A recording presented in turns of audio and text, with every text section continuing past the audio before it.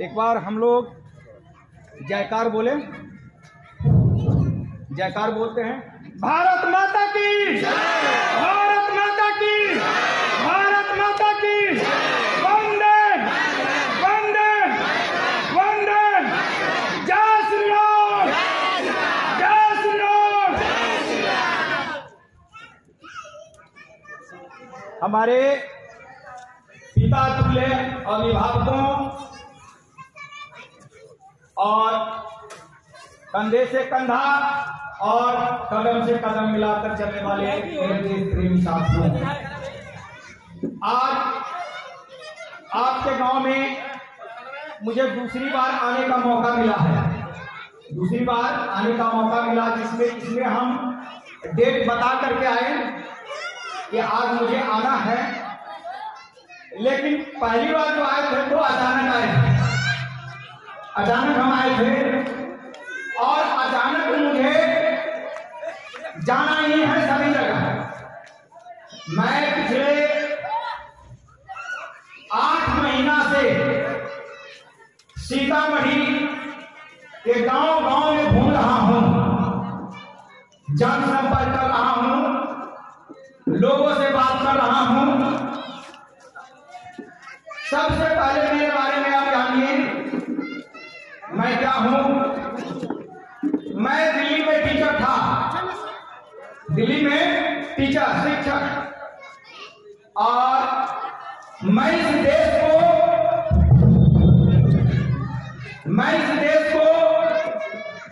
सैकड़ों हजारों doctor engineer पैदा करके दिया है। और मैं फिजिक्स पढ़ाता हूं। दिल्ली में अच्छा खासा पैसा कमाते थे, घर परिवार बसाते थे, और वहां पर हमने बिहार के लोगों के लिए भी बहुत काफी काम किया। बिहार के लोगों के लिए बहुत काफी काम किया। और मैं राष्ट्रीय स्वयंसेवक संघ, आप लोग जानते हैं, राष्ट्रीय स्वयंसेवक संघ RSS, इसका कार्यकर्ता हूं। राष्ट्रीय स्वयंसेवक संघ का कार्यकर्ता हूं। और पिछले 8 महीना से जो मैं गांव-गांव घूम रहा हूं, उसका लक्ष्य है। क्या लक्ष्य है? बातों को समझिएगा। जब मैं सीतामढ़ी में आया, हमारा गांव हरिबेला है, सीतामढ़ी में हमने आया तो यहां देखा कि किसानों की हालात बड़ी खराब है। किसानों की हालत खराब है।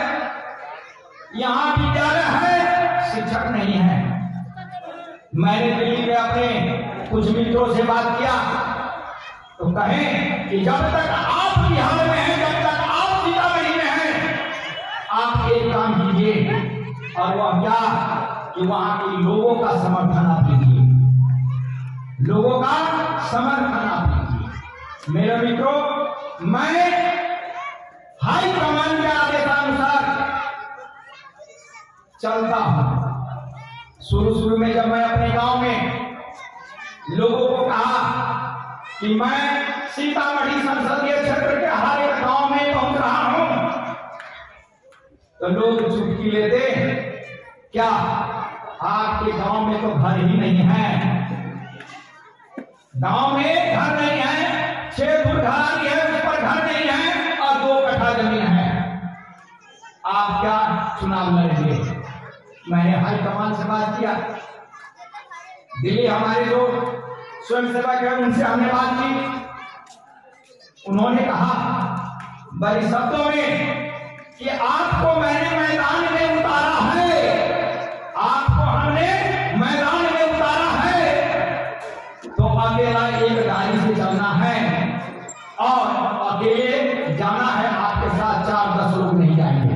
जैसे बीजेपी का कोई नेता है, आरजेडी का कोई नेता है, लोजपा के कोई नेता है, 5 गाड़ियों से चलते हैं, ऐसे आपको नहीं जाना है। आपको अकेला जाना है, अचानक जाना है, लोगों के बीच में उतरना है, लोगों से बात करना है। मेरे मित्रों, मैं चला मैदान में। आज तो गांव में छुट्टी कोई नहीं ले रहा है, सारा जिसके पास हिम्मत साहस है तो गांव-गांव चल रहा है, गांव-गांव हम जाते हैं। मेरे मित्रों, समुद्र मंथन के बारे में आप सुने होंगे, समुद्र मंथन के बारे में आप सुने होंगे। सूर्य और असुर, देवता और दानव के बीच में जो समुद्र मंथन हुआ था, उसमें पहला पदार्थ क्या निकला था? विष निकला। क्या निकला था? विष। और उस विष का नाम क्या है? कालकूट विष। पूरे पृथ्वी पर त्राहिमाम हुआ। भगवान शंकर के पास सभी पहुंचे और भगवान शंकर ने अपने अंजलि से उस भयानक विष को पी गए और विष के पीने के बाद उनका कंठ नीला बन गया। आज भगवान शंकर नीलकंठ के नाम से जाने जाते हैं। मेरे मित्रों, जो विष को पी जाता है, जो विष को पी जाता है, वही सुरेंद्र सिंह के शब्दों में शंकर कहलाता है, शिव कहलाता है। तो आज बहुत सारे लोग उंगली उठाते और ये कहते फिरते कि सुरेंद्र सिंह कुशवाहा गांव गांव कैसे घूमता है। तो एक दो दिन की बात नहीं है, एक दो दिन की बात नहीं है। मैं पिछले 8 महीना से क्षेत्र में घूम रहा हूँ और सभी जगह अपने विचारों को रख रहा हूँ। मेरे मित्रों, आप सपने देखते हैं, सपने आप देखते हैं और उस सपने पर कदम रखते हैं और चलते हैं, सपना पूरा जरूर होता है। मेरे मित्रों, आप सभी लोग इस बात को जानते हैं, सभी लोग इस बात को जानते हैं कि एक महिला संतान को पैदा करती है तो कितनी दर्द उठाना पड़ता है। एक महिला संतान को, बच्चों को पैदा करती है तो कितना दर्द झेलना पड़ता है, शायद एक हाथी के बल के बराबर, एक हाथी के दर्द के बराबर। लेकिन वो महिला जब अपनी बच्चों का पहली आवाज सुनती है तो उस महिला की पहली आवाज जो कानों में पहुंचती है, किनकी? बच्चों की किलकारियां आवाज। तो बच्चों की आवाज और मां के दिल के बीच जो संबंध पैदा होता है, सुरेंद्र सिंह के शब्दों में वही प्यार कहलाता है, वही मोहब्बत कहलाता है, वही स्नेह कहलाता है। मेरे मित्रों, मैं छोटा बच्चा हूं, राजनीति मुझे आती नहीं है। पहले दिन भी यहाँ हम बोले थे तो हमारे पिता तुल्य अभिभावक नाराज हो गए। आज भी मैं उनको कहने के लिए गया कि चलिए हमारी बात तो सुनिए, नाराज हो गए। कोई बात नहीं, मैं शंकर की तरह 20 पीना अच्छी तरीके से जानता हूं, 20 पीना जानता हूं। समाज में लोग चुटकी लेते हैं, हमारे गांव में लोग चुटकी लेते हैं, लेकिन 8 महीनों से जिस मैदान में उतरकर, जिस चक्रव्यूह में उतरकर मैं लड़ रहा हूं, वो निहत्था मेरे पास न 5 गाड़ियां हैं, न 10 कोई नेता साथ में चल रहे हैं, अकेला चल रहा हूं, अकेला लोगों से मिलता हूं, बड़े पत्रकार का सामना करता हूं। जब हम शुरुआत किए थे तो इतना नहीं बोल पाते थे, लेकिन अब मैं घंट बोल रहा हूं। मेरे मित्रों, ये सारी बात है। भारत कोई भूमि का टुकड़ा नहीं है, भारत कोई भूमि का टुकड़ा नहीं है, ये जीता जागता राष्ट्र पुरुष है। क्या है? जीता जागता राष्ट्र पुरुष है। जहां बड़े बड़े ऋषि मुनि तपस्वी जिस जमीन पर चारों वेद की रचना की गई, 18 पुराण लिखे गए, वह कोई भूमि का टुकड़ा नहीं है, वो जीता जागता राष्ट्र पुरुष है। महाभारत में दोनों ओर की सेनाएं खड़ी है, लेकिन भगवान कृष्ण अर्जुन को उपदेश दे रहे हैं। दोनों ओर की सेनाएं खड़ी है। इतनी अनुशासन पूरी दुनिया में आपको देखने को नहीं मिलेगा जहां दोनों ओर की सेनाएं खड़ी है, लेकिन वहां उपदेश दिया जा रहा है। यूनिवर्सिटी विद्यालय खोल रहे भगवान कृष्ण, और ऐसे देश को हम जीता जागता राष्ट्र पुरुष की संज्ञा देते हैं। दुनिया के विजेता कहलाने वाले सिकंदर भी इस भारत की भूमि से लौट करके चले गए। उस भारत को जीता जागता राष्ट्र पुरुष की संज्ञा देते हैं।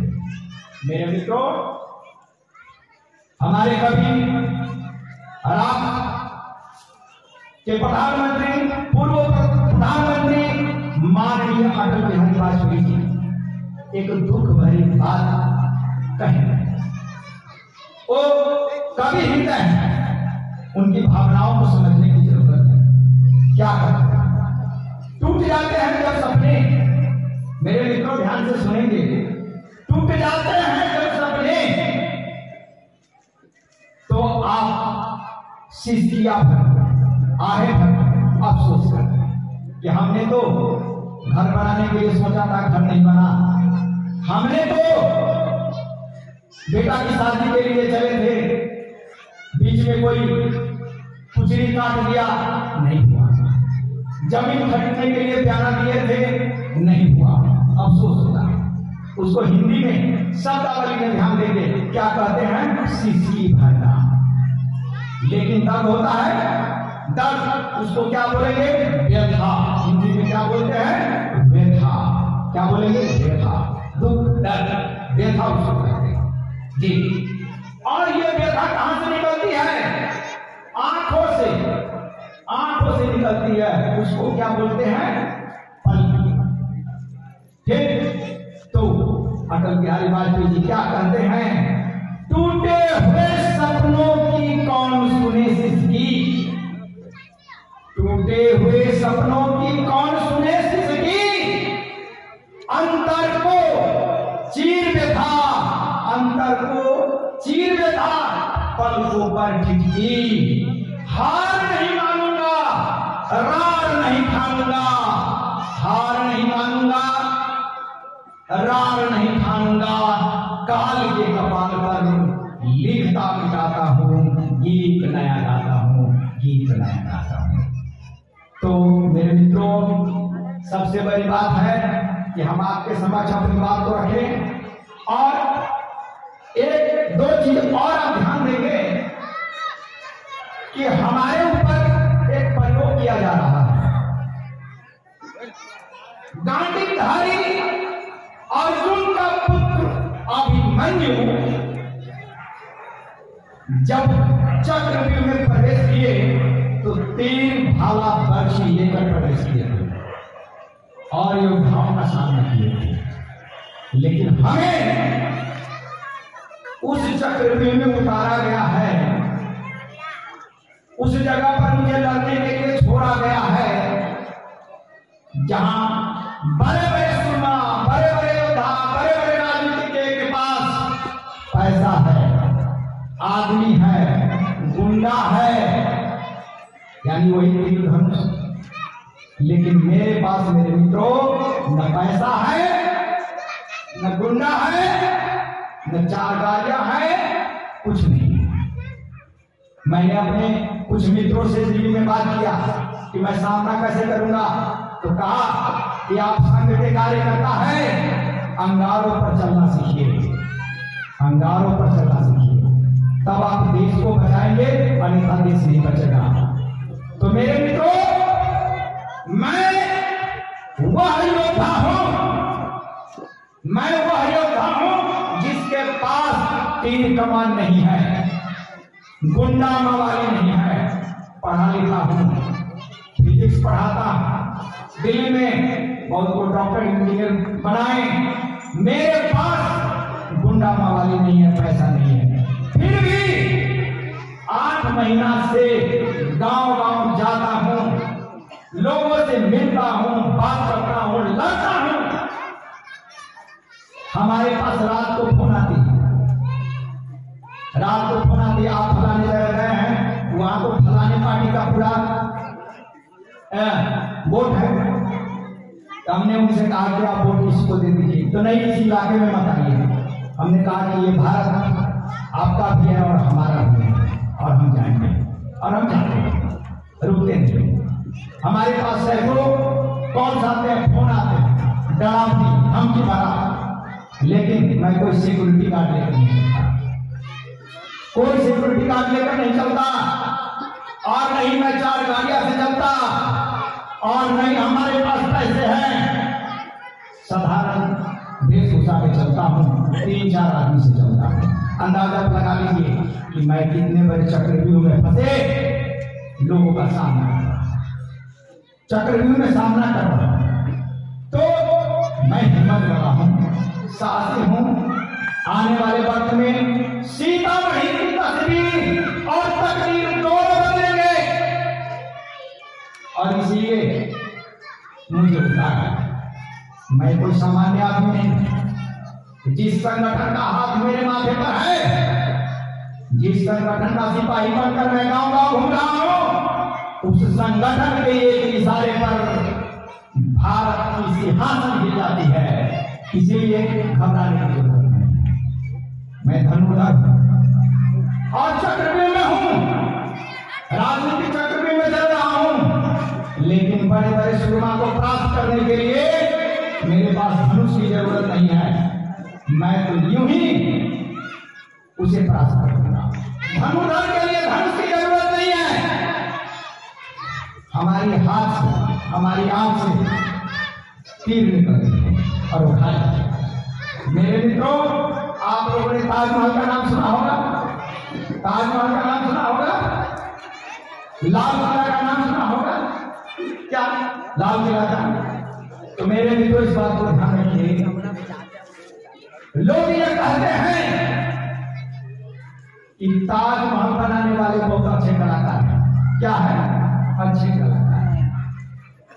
लाल किला बनाने वाले अच्छे कलाकार। अच्छे कलाकार किस बात का भाई? अच्छे कलाकार किस बात का? आप जरा सा ध्यान से सुनेंगे। 1 मिनट, थोड़ा सा कार्यक्रम थोड़ा रोक रखिए। हम बोलते हैं ऐसे फूल की जरूरत नहीं है। तो कलाकार किसका नाम है? कलाकार किसका नाम है? कलाकार का परिभाषा, जिस कलाकार ने संगमरमर पत्थर से ताजमहल को बनाया, वो नकली कलाकार है। क्या है? नकली कलाकार। जो कलाकार लाल पत्थर से लाल किला को बनाया, वो नकली कलाकार है। असली कलाकार क्या है? कलाकार क्या मतलब क्या होता है? जो बालू की रेत पर, जो बालू की रेत पर, बालू की रेत से ताजमहल और लाल किला जैसी इमारत को खड़ा कर दे, सुरेंद्र सिंह के शब्दों में वही असली कलाकार कहलाता है, बाकी नकली। हमें कलाकारी पेश करने के लिए सीतामढ़ी में उतारा है। हमारे पास 10 गाड़ियां नहीं, 10 नेता मेरे साथ नहीं चलते। जहां जाता हूं, गांव के लोगों से मिलता हूं, बात करता हूं, गांव के लोगों के पास अपने विचार रखता हूं, अपनी चीज को रखता हूं। मैं सीतामढ़ी के संदर्भ में एक बात सोचा, और कई लोगों ने हमारे बारे में गांव में टीका टिप्पणी किए। मैंने उनको कहा शुरू में, और आज टीका टिप्पणी करना बंद कर दिया, क्योंकि लोगों को पता है कि यह 25 लाख रुपया से ज्यादा खर्च कर दिया है, लेकिन इसके पास औकात नहीं। गांव में जाएंगे, हर जिला में घर नहीं है,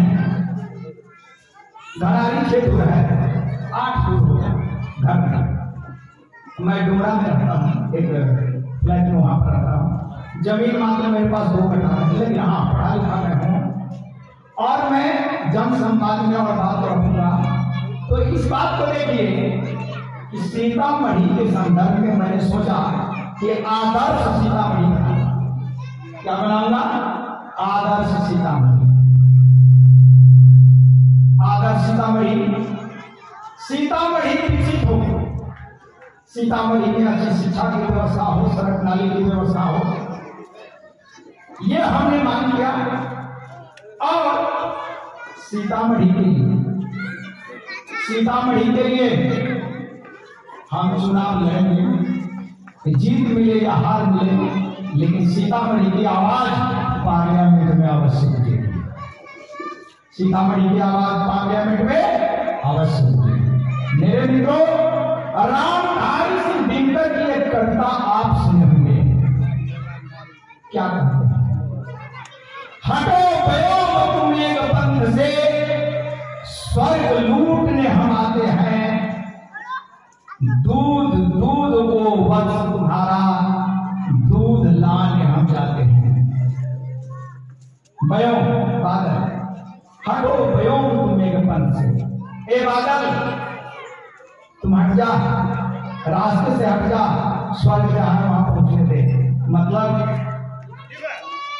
कि मेरे रास्ते में जो बाधाएं हैं उसे मैं पार करूंगा, जो बाधाएं वो पार करूंगा और अपने सीतामढ़ी के विकास के लिए भारत सरकार के खजाने को लाऊंगा। ये मैंने विकल्प संकल्प किया और हर बच्चे को खुशहाल बनाऊंगा। ये हमारी सोच और सपना। मेरे मित्रों, सात भरी का मैं कदम रखा हूं और इस हिसाब से मैं चल रहा हूं। मैं चाहता हूं कि यहाँ की आवाज, बिशनपुर गांव की आवाज, ये आवाज एक विद्युत तरंग बन जाए, करंट बन जाए। वो चीज क्या हो, ये हम चाहते हैं। ये हमारी सोच है, ये हमारी विचार है। तो मेरे बंधुओं, मैं अपनी बात को यहीं पर विराम देता हूं और आप लोगों से जो ताली उम्मीद करता हूं कि आप ताली बजाएंगे।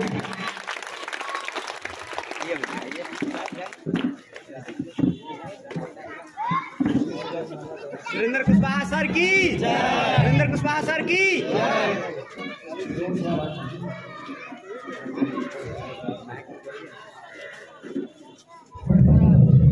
वीडियो भी आनी चाहिए।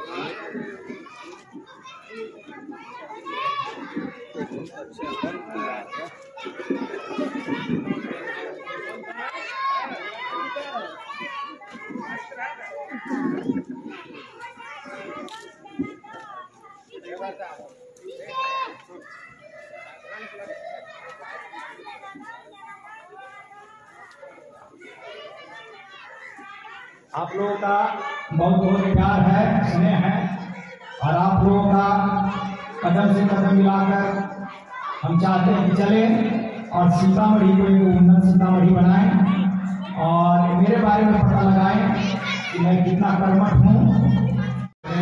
यादव है। हम जानते हैं कि इस पंचायत में कुछ दानव राज का काम हो रहा है, लेकिन काम तो दानव राज के कर रहे हैं, लेकिन जनता अपने पंचायत का जो भी जनता हो तो सही से अनुरोध किया जाता है कि सही नेता को चुनिए, सही काम कीजिए, सही काम हो और दानव राज को दूरी बनाकर रखे। इसलिए हम लोग सही काम करेंगे, तभी जाकर दानव राज हटेगा इस पंचायत से। आप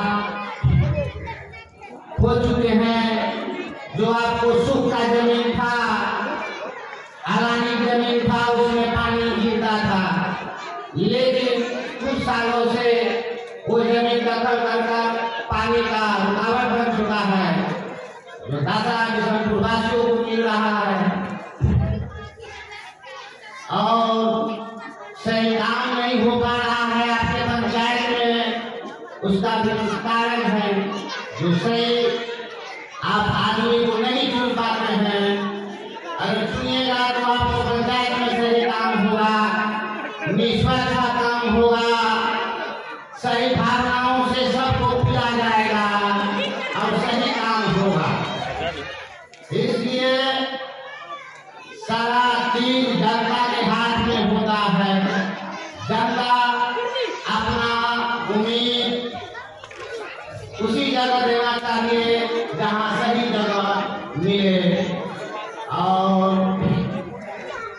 रह गई बात दानव राज की, तो दानव राज बनाया हुआ है। मेरे गाँव में स्कूल है, अपर स्कूल है, मिडिल स्कूल है, हाई स्कूल है, लेकिन पढ़ाई नहीं होता है उसमें। खिचड़ियाँ बनती है और खाते हैं बच्चे लोग, पढ़ाई नहीं होता है। मास्टर पढ़ाते हैं, अपने अपने बच्चों को कोचिंग में पढ़ाते हैं, सीतामढ़ी पढ़ाते हैं। गरीब वर्ग का जो आदमी है उसका बच्चा नहीं पढ़ पाता है। इसलिए